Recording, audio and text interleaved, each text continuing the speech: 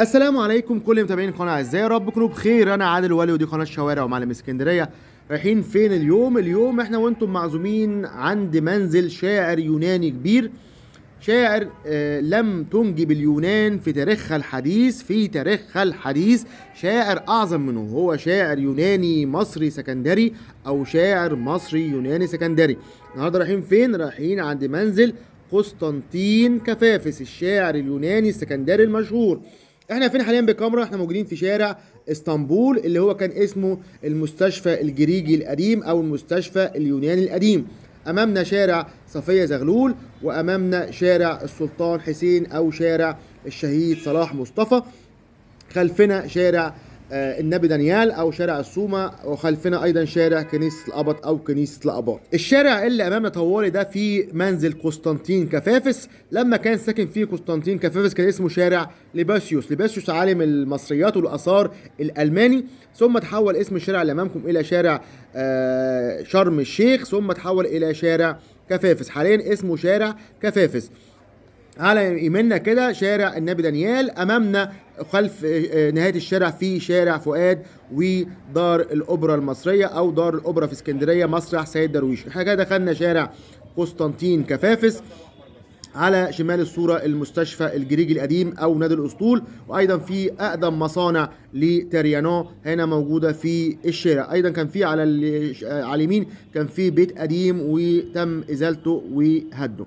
طبعا عربيات تريانو موجودة. المصنع الأصلي القديم لتريانو موجود على الشمال، أو دي شركة محلات تريانو، ويافطة منزل كفافس موجودة في الشارع، شارع ليباسيوس أو شارع شرم الشيخ. المنزل المدهون طلاء حديث ده هو المنزل اللي قضى فيه قسطنطين كفافس آخر 25 سنة من حياته. هو للأسف الأيام دي المنزل قسطنطين كفافس مغلق للتطوير وللإصلاحات، وأيضا حاطين اليافطة موجودة على الباب.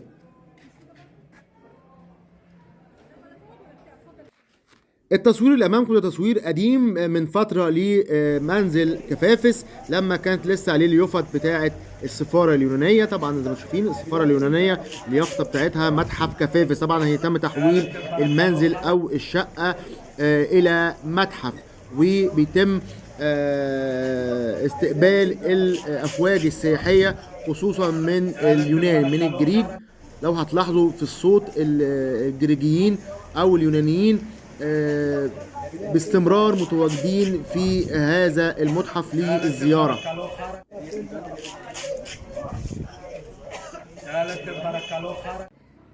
منزل كفافس من المنازل الجميلة المريحة جدا، المنازل القديمة التاريخية.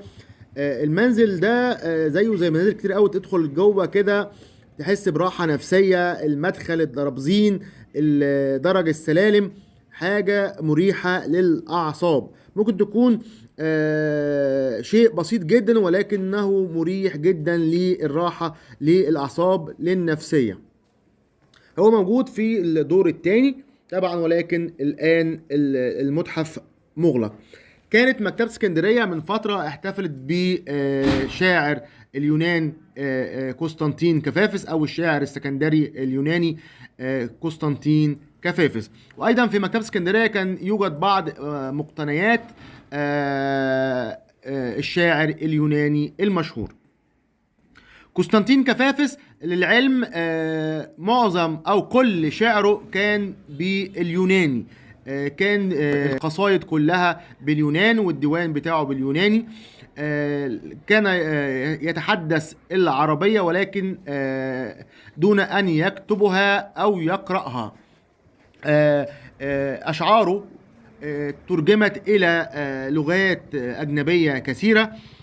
قسطنطين كفافس أصبح ملهم لفئات كبيرة جدا من الفنانين والتشكيليين والموسيقيين والمخرجي السينما والمسرح أيضا ومصممي الرقصات. الممر اللي أمامكم ده مش شارع، ده ممر بركات ما بين شارع كنيسة الجرس أو كنيسة اليونان وما بين شارع كفافس اسمه ممر بركات. طبعا محلات بركات الشنط مشهورة جدا، المصنع بتاعهم كان في هذا الممر. الشارع اللي امامكم او الكادر اللي امامكم ده معايا ليه صوره قديمه جدا فيها الممر او الشارع الصغير ده ومنزل قسطنطين كفافس في هذا الوقت. لكم ان تقارنوا ما بين الوضع الحالي والوضع الفائت. لو هتدققوا حضراتكم معانا في الصورة هتلاقوا ان ملامح البيت من حوالي 80 او 70 سنة زي ما هي، حتى بيبان البدروم اللي تحت موجودة بشكلها القديم زي ما هي بالظبط، والممر بس هو الممر اللي تم تعدي عليه جزئيا. ده البدروم اللي ظاهر حتى في الصورة موجود إلى الآن. البدروم ده موجود في الصورة القديمة، ودي صورة قسطنطين كفافس. قسطنطين كفافس اتوفى 1933، ربنا يرحمه، توفى بسرطان الحنجرة، وتوفى في المستشفى الجريجي القديم بجوار هذا المبنى أو خلف الصورة، واتدفن في مدافن السبع ملل في الشاطبي. رحم الله الشاعر اليوناني المصري اليوناني السكندري قسطنطين كفافس. أتمنى أكون أسعدناكم. أشوفكم إن شاء الله في فيديوهات قادمة بإذن الله تعالى.